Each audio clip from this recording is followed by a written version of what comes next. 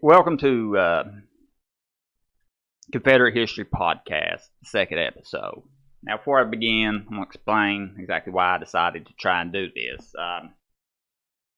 There's a lot of... I ain't the best person to do it, I know that. I'm not very good on camera. Maybe I get better, maybe I won't, who knows. But anyways, and I'm not a good storyteller. But anyways, there's a lot of people out there that really don't know the history of the Civil War. I mean, there's so many people out there that just believe that the Civil War was some big rescue mission to rescue the slaves, that all the Union, Abraham Lincoln got the Union Army and sent them to the South. There's like, get in there, raid the plantations, get the slaves out of there and head back north. Then the Confederates was just like, oh, hell no, get all the poor farmers, we can't allow that. They ain't taking our slaves. No, that didn't happen. Not even close. Not a bit. But there's people that really believe that happened. And it just takes a little bit of reading to figure it that it did not. Take 5 minutes to read the actual War Aims Resolution that was voted on by Congress to determine what would need to happen to end the war. And in it specifically states, because they wanted people to know, that this is not an anti-slavery war. And it had nothing to do with slavery. And it stated that freeing slaves had nothing to do about ending the war. It was only to bring the Union back together. And a lot of people believe that the Emancipation Proclamation was when slavery ended altogether. And it'd take 5 minutes. Help read into it 1 minute, and you'll find out that it didn't do that. That it actually granted certain Union states from owning slaves, because they were exempted. And people won't take the time to read that or learn it, and they'll just argue with you. And historians should be ashamed of themselves for letting that happen. They shouldn't have nothing to...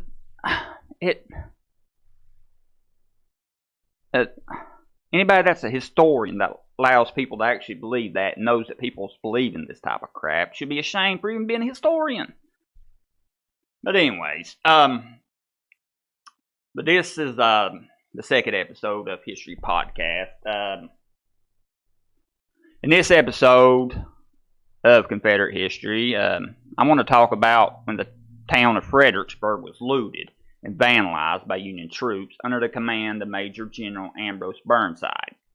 Now, a lot of people just hear about the Battle of Fredericksburg. That was just a battle and the end of it. They don't really know that the entire town was ravaged and looted and just destroyed for no reason whatsoever. And they just know it was a battle, and that's it. Now, Burnside, he was just appointed the general over the Army of the Potomac. So he's feeling a lot of pressure from Washington. So he hurried up and developed this plan to try and beat Robert E. Lee to the Confederate capital in Richmond, Virginia. Because if he can hurry and do that, he can hurry up and end the war by capturing the Confederate capital in Richmond and become a hero. And that's what he had planned to do. So, from around Warrenton, Virginia, his camps, he decided it might be best to abandon the original plan of moving southwest. He decided to go for a shortcut toward the southeast instead, by planning to go over the river below. From there, he could quickly put himself between Lee and a direct route to Richmond. His plan, he thought, could really, really work, but he needs speed. He's got to do it quick in order for it to work right, but it really could, and that's what he's wanting to set out to do. He leaves Warrenton on November the 15th. He moves a 100,000-man army 35 miles south to Falmouth, which is on the north bank of the river. And he did this in about 2 days only, which is pretty good during that time. Now, across Falmouth is the river port town of Fredericksburg. It's only been occupied by a couple hundred Confederates, and it's located about halfway between Richmond and Washington, D.C. This could be his perfect plan if it goes the way he wants, he's thinking. So he's got to get in there and get it done and end this war and become a hero and That's what he's wanting to do. And the town of Fredericksburg so far has pretty much escaped any destruction so far of the war. But here's where it's about to change. He runs into one of his first problems. He gets there and the bridges have already been destroyed. So in order to cross the river, he needs to order some portable pontoon bridges to be sent to him. Then that's when he encounters a second problem. He finds out, because of bureaucratic and logistical tie-ups in Washington, well, it's going to delay the bridges from being sent to him by a little bit. So while he's waiting for the bridges to come, that gives Lee some time, Robert E. Lee. So he's gathering up his army. General James Longstreet's wing moves east from Cucumber, and General Stonewall Jackson's men, they hurry toward the river, well, next to the river from the Shenandoah Valley. Now, Longstreet takes up a position on Mares Heights that's overlooking Fredericksburg from the west. Now, to the south, Jackson's men are stationed in a line stretching from Prospect Hill on into Hamilton's Crossing. It's about 4 miles from the town of Fredericksburg. Then on November the 25th, the bridges finally start to show up. My mouse getting... That's where editing will come in. You could edit those parts out when you got to get something to drink, but take a hit of vape. But I doubt I've got time to edit anything, so we're just gonna do it live.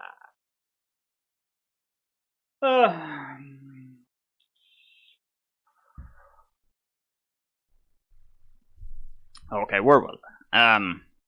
Oh yeah, then on December the 11th, early in the morning, that's when the Union troops started laying the pontoon bridges across the river into Fredericksburg. Well, a few Confederate snipers tried to stop them from crossing the river.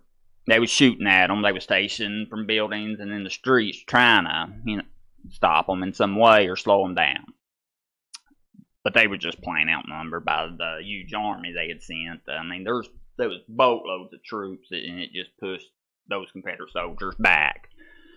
Then they started shooting cannons at the town. There was a 10-year-old girl. Her name was Fanny White, and she lived in the town at the time, and she was there. And she wrote, I think it was to one of her relatives, and it ended up getting published in a newspaper at the time.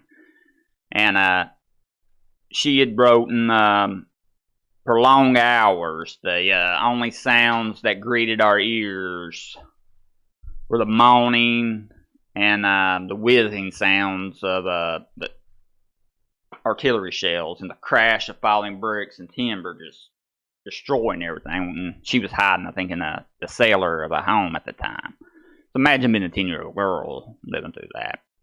And then there was a few civilians, and they just fell dead.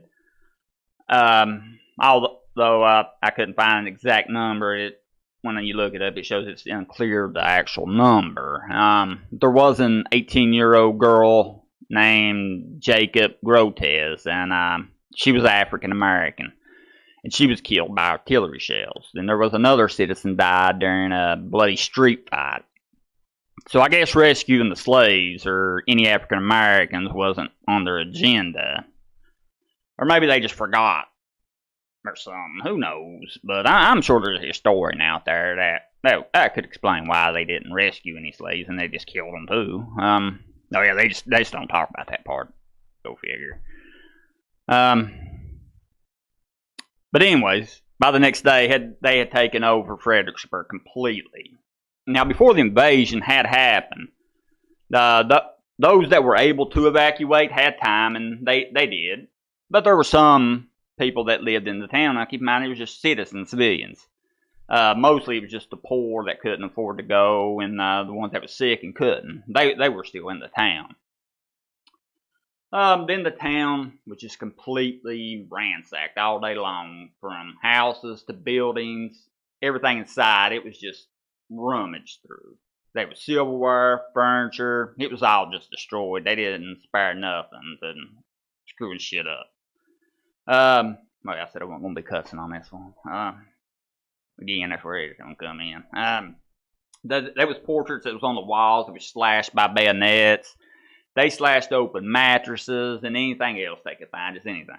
The streets were just filled with all kinds of debris, clothing, letters, just about anything else that could be thrown out windows, because they were just tossing stuff out.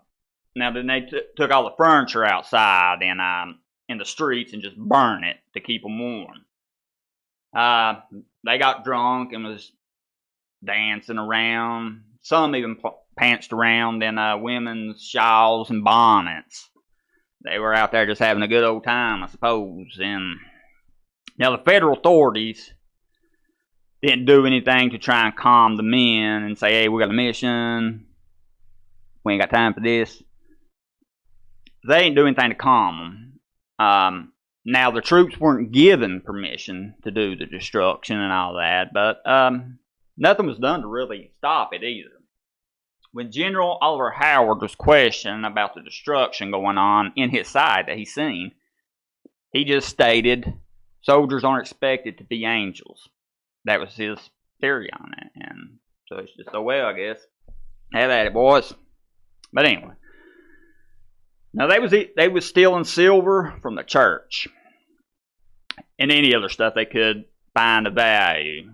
There wasn't nothing spared from them. Even Bibles got destroyed. They also stole from a hiding place in the rafters a 4-piece silver communion set. Now these holy items were a gift to the church back in 1827.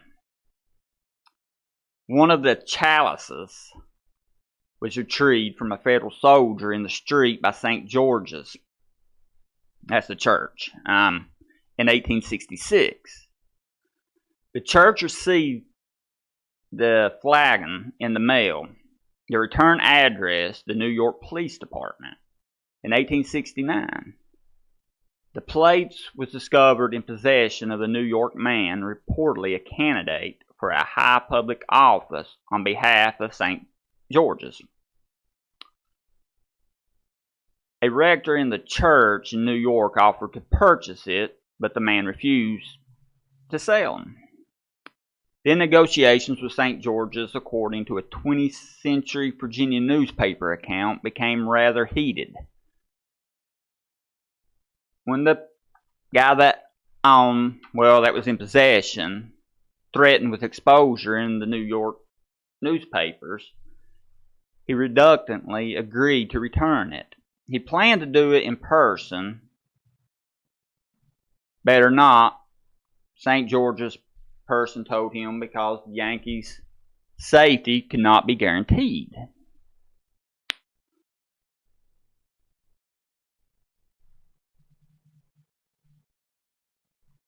Through less tedious negotiations, the other communion chalice was returned nearly 69 years after it was swapped. In April of 1931, a Massachusetts woman alerted St. George's official that she had the prized relic. An inscription on the chalice pointed her to the church, presented by John Gray to the church at St. George Parish in Fredericksburg in 1827. That's what the inscription was. Now she had said, I understand it was found in the rafters of your church during some war and was found later by a distant relative of mine and eventually got into my hands. Is Lillian A. Taylor, the daughter of a Civil War veteran, wrote in a letter to St. George's. She thinks the world of it, but I'm writing to find out that if your church is still in existence, would the head of the church care about to offer me a reward for it, she wrote. The widow with 2 children, Thayer said, she had been offered $80 for the chalice by a friend who collected antiques. And She would, though, accept $50 from the church for it because she said she would rather, them have it, of course. And then in a sternly worded response, Reverend Dudley of St. George's wrote, "The Holy Communion service of which this cup was a part was stolen by Federal soldiers from a hiding place in the rafters of St. George's Church during the siege of Fredericksburg in the Civil War. It, of course, is still the property of the church, as the inscription which you stated is engraved indicates. Of course, this piece be secured through process of law. To secure it that way would not be pleasing for any of us. So the church just agreed to pay Thayer the $50. The time it was a very liberal reward.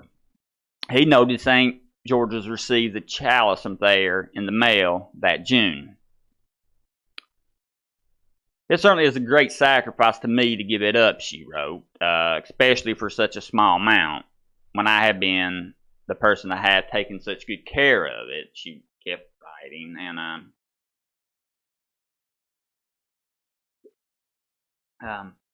now even in the 20th century, the communion was a target for thieves again. It was stolen in 1980, but the thief shortly afterward was found in a nearby alley a decade later. It was stolen by someone who broke into the church. Reward was offered. Say it was eventually recovered in the home of a Virginia man. Now it's usually kept under lock and key. The communion set remains in use at Sunday service at the St. George's.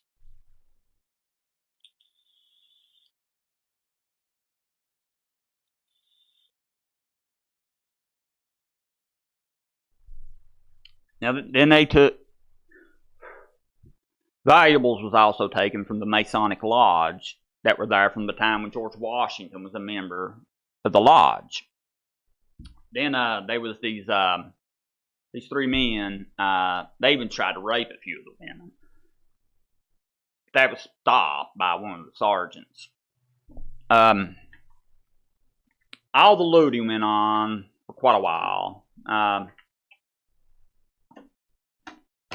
Food that the troops couldn't just take with them, they just destroyed it and they just threw it around everywhere.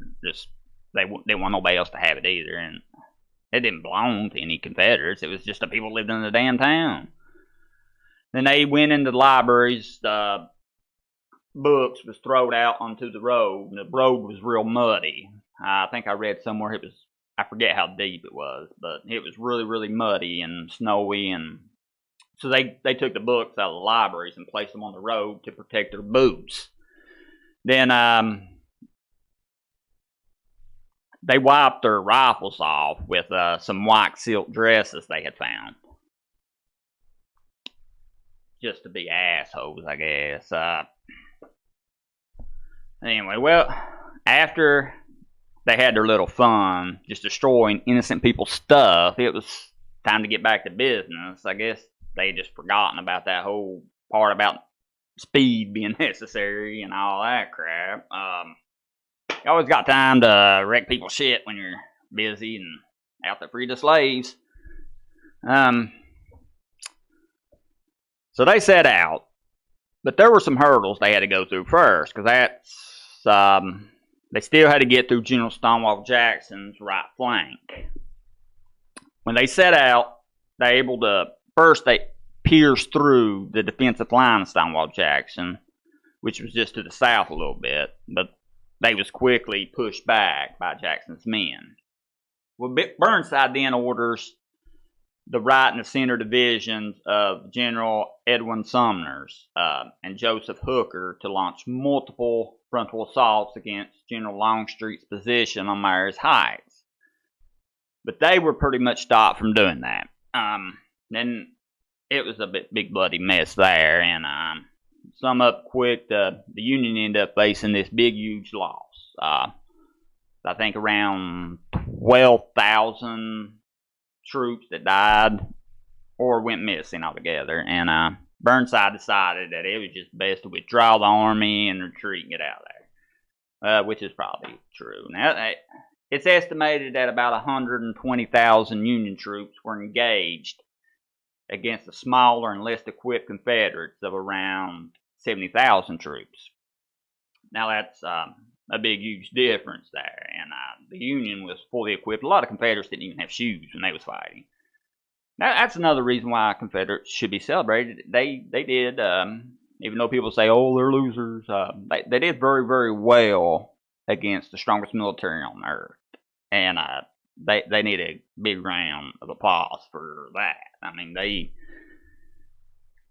did pretty good considering what they had. Even though the Confederates had a huge victory at the end of the battle, the town of Fredericksburg was still it was destroyed. It's also in the middle of winter time, and a lot of the townspeople all of a sudden just become homeless because their house was burnt or destroyed, and they lost most of their possessions, including clothing, to keep warm during all the riots. So nearby towns raised money and donated clothing and food to help out as much as they could. Now, James Longstreet and Stonewall Jackson donated part of their own salary to assist in the relief effort. And it was just one big and unnecessary mess. The looting and the destruction and destroying stuff didn't serve them any purpose other than just being, hey, this is what y'all get. I mean, all the stuff they destroyed belonged to citizens. It wasn't people fighting. So, what was the point in that?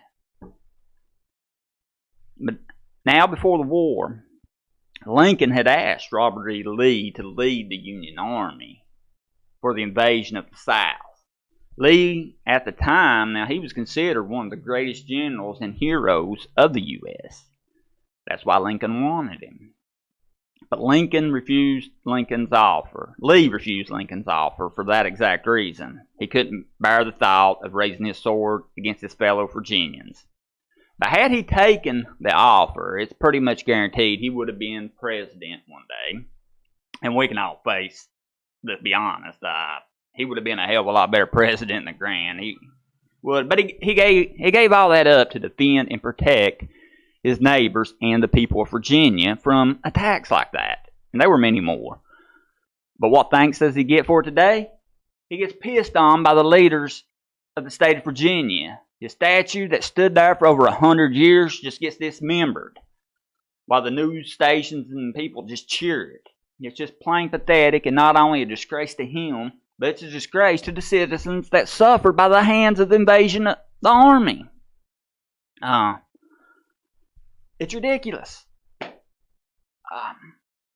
Lee didn't even own slaves. He didn't believe in slavery. His only purpose, he didn't even believe in secession. He didn't want them to secede, but that was out of his hands. But he didn't want to go in and do shit like that to his state. So he stood there and fought and defended that. So that's why Lee should be honored, even if you don't want to agree with what the Confederates did. Lee should still be honored in the state of Virginia because he gave up everything. If he would have took Lincoln's offer, he would have been a hero for that today. He would be praised. He would have been president. He would have been praised for that because he wouldn't have done half the screw-ups that Grant did. But